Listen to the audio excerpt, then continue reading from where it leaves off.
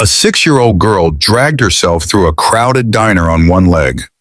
Her crutches scraped against the floor.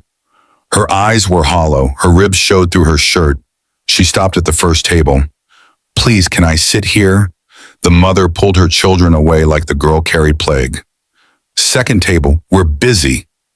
Third table, 4 women clutching Bibles. "Where are her parents?" She kept moving, table after table, rejection after rejection, until she stopped in front of a Hell's Angel with prison tattoos and scars across his face. "Please, mister." Everyone else said no. What he discovered next would expose a killer hiding in plain sight. Tap, scrape, tap, scrape. Stone heard it before he saw her. He looked up from his burger. A little girl stood inside the doorway. 6 years old, thin as a wire. Her left leg was gone below the knee, the empty pant leg pinned up and swaying as she balanced on crutches too big for her arms. Her eyes swept the room like a trapped animal looking for escape. She wasn't looking for her parents. She was looking for somewhere to sit. The first booth had a family of 5, father scrolling his phone, mother cutting up pancakes, 3 kids fighting over syrup. The girl limped toward them. "Excuse me," she said, her voice barely carried. "Can I sit with you just for a little while?" The mother's head snapped up. Her eyes traveled down the girl's body, the tangled hair, the dirty jacket, the missing leg. "Brian," she hissed at her husband. He looked up, his face twisted. "Sorry, sweetheart. Family time." "I won't bother you," the girl said quickly. "I promise, I just need to sit down. My leg hurts, and I've been walking for—" I said no.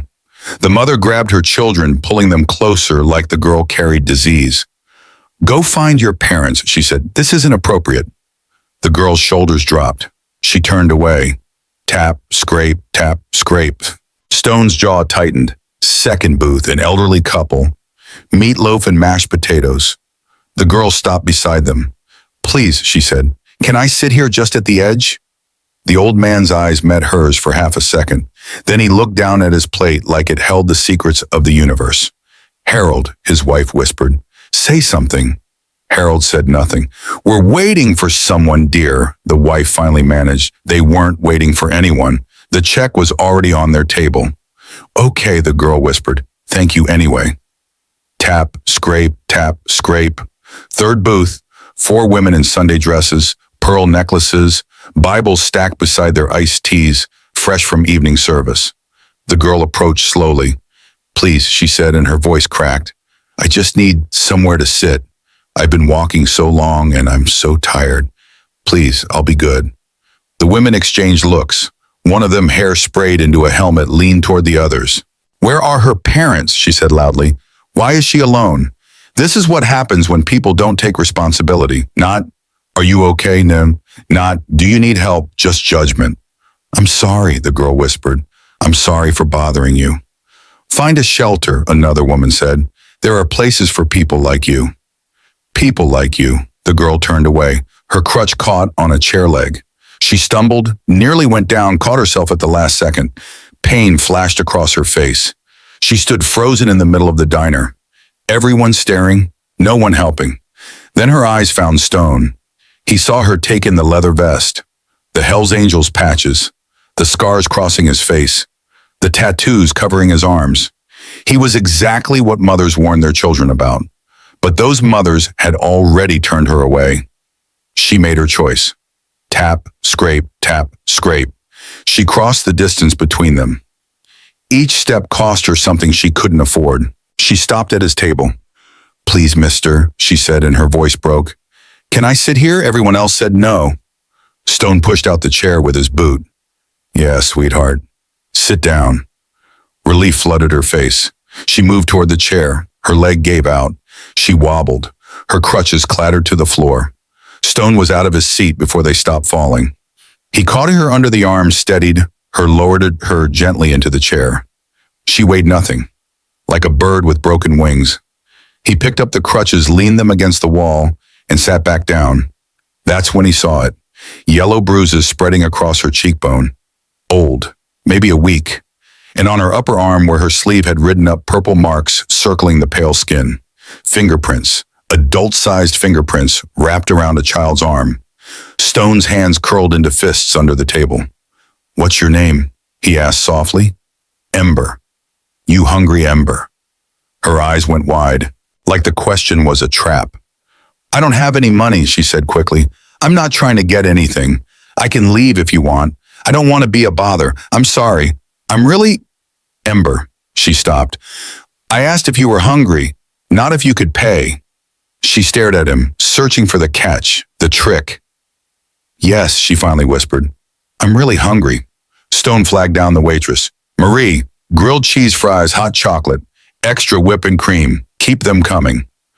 Marie glanced at the girl, at the bruises, at the hollow cheeks. Her expression shifted. Coming right up, honey, she said softly and disappeared. Stone turned back to Ember. When's the last time you ate? She looked down at her hands. I don't remember.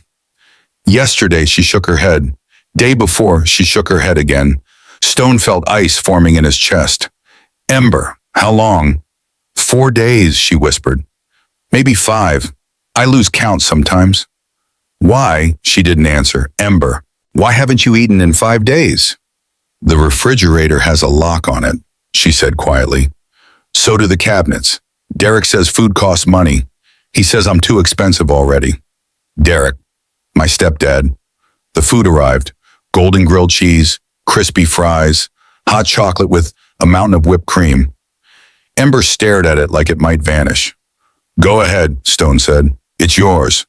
She grabbed the sandwich with both hands and bit into it like she was afraid someone would take it away. Because she was. She ate like a starving animal, shoving bites in too fast to chew.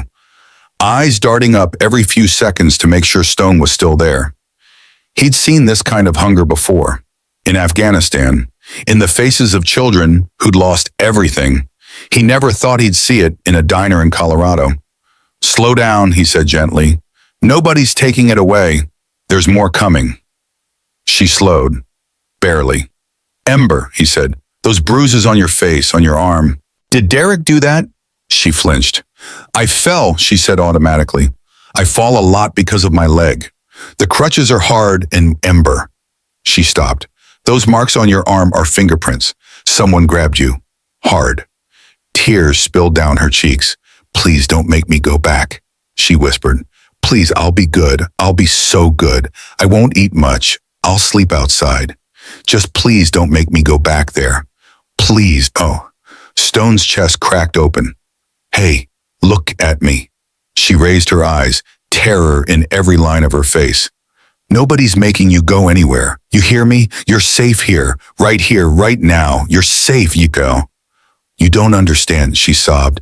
He'll find me. He always finds me. And when he does, then he'll go through me first. And trust me, Ember, he doesn't want to do that. She stared at him through her tears. Why are you helping me? You don't even know me. Because you needed help, and I was here.